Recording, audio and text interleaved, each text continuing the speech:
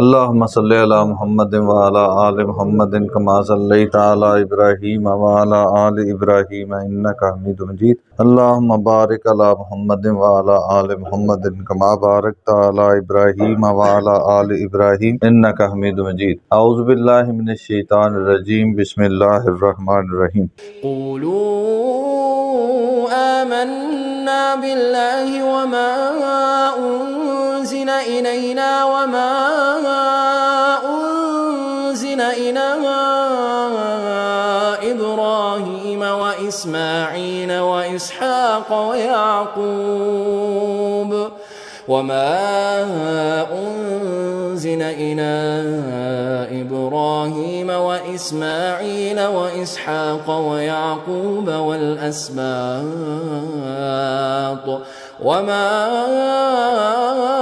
أوتي موسى وعيسى وما أوتي النبيون من ربهم لا نفرق بين أحد منهم ونحن له مسلمون فإن آمنوا بمثل ما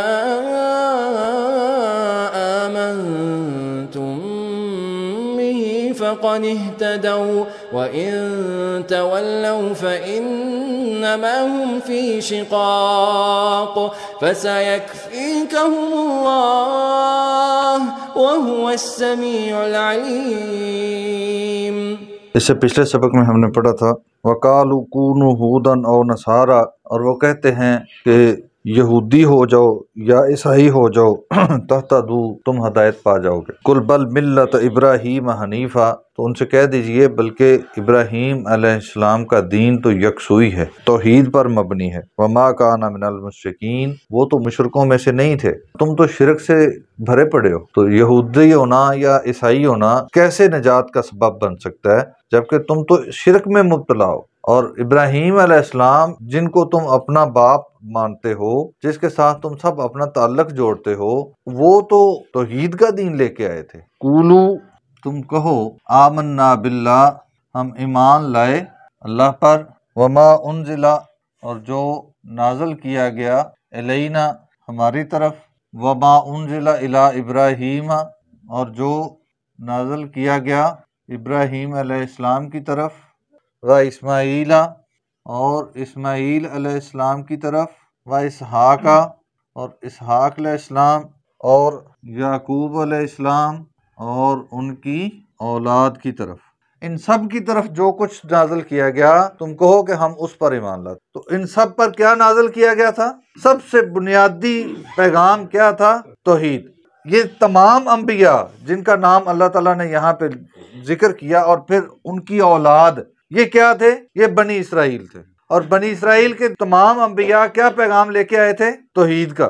وما اوتی موسیٰ و عیسیٰ، اور جو کچھ دیا گیا موسیٰ علیہ السلام اور عیسیٰ علیہ السلام کو، وما اوتی النبیون من ربہم، اور جو کچھ عطا کیا گیا نبیوں کو، من ربہم، ان کے رب کی طرف سے، مطلب جو دعوت، جو نبوت، جو رسالت، جو شریعت اللہ کی طرف سے ان انبیاء کو دی گئی، تم سب کہو کہ ہم اس پر ایمان لاتے ہیں۔ لا نفرق بین احد منہم، نہیں ہم فرق کرتے، بین احد منہم، ان میں سے کسی کے درمیان۔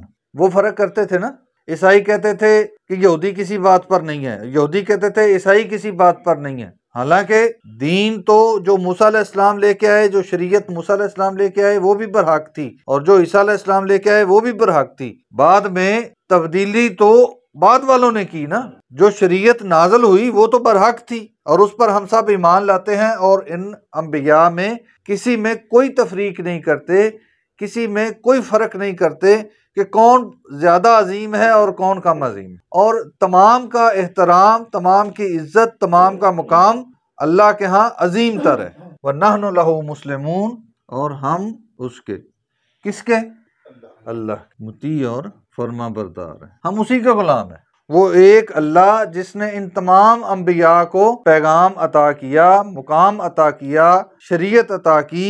دراصل کسی بھی نبی کی آپ اطاعت کرتے ہیں اس وقت کے جو امتی ہیں وہ دراصل کس کے تابع ہو رہے ہیں؟ اللہ کے۔ مسلمان ہونے کا مطلب کیا ہے کہ اللہ کے غلام بن جاؤ، اللہ کے حکم کی فرما برداری کر لو، اللہ کے عطا کردہ دین کو مان لو، وہ جس بھی نبی نے آپ کو دیا۔ تو اللہ تعالیٰ نے اگر ایک نبی کے مدت ختم ہونے کے بعد جب دوسرا نبی بھیج دیا تو پھر سب پر لازم ہے کہ وہ آنے والے اس نبی کی دعوت کو مان لیں۔ اللہ کا حکم ماننا ہے نا، تو اللہ کا حکم سمجھتے ہوئے ہم اس نبی کو مانیں گے۔ تو اس وقت رسول اللہ صلی اللہ علیہ وسلم، حضرت محمد صلی اللہ علیہ وسلم کی بعثت کے بعد باقی تمام انبیاء کی دعوت منسوخ ہے۔ پیغام تو اللہ کا ہے۔ سوال ذہن میں آتا ہے نا کہ اگر اللہ کا پیغام پہلے سے موجود تھا تو پھر اللہ تعالیٰ نے نیا پیغام کیوں بھیجا؟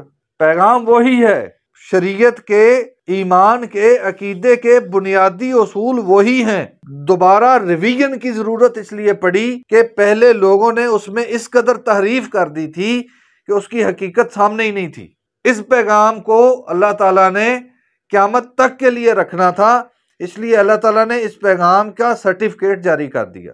انا نحن نزلنا الذکر وانا لہ لحافظون، ہم اس قرآن کو، اس ذکر کو، اس پیغام کو نازل کرنے والے ہیں اور ہم اس کی حفاظت کریں گے۔ اب اس میں قیامت تک کوئی تحریف نہیں کر سکتا، کوئی تبدیلی نہیں کر سکتا، کیونکہ اس کے بعد اللہ تعالیٰ نے کوئی اور پیغمبر، کوئی اور نبی نہیں بھیجنا جو ریویژن کے لیے آئے۔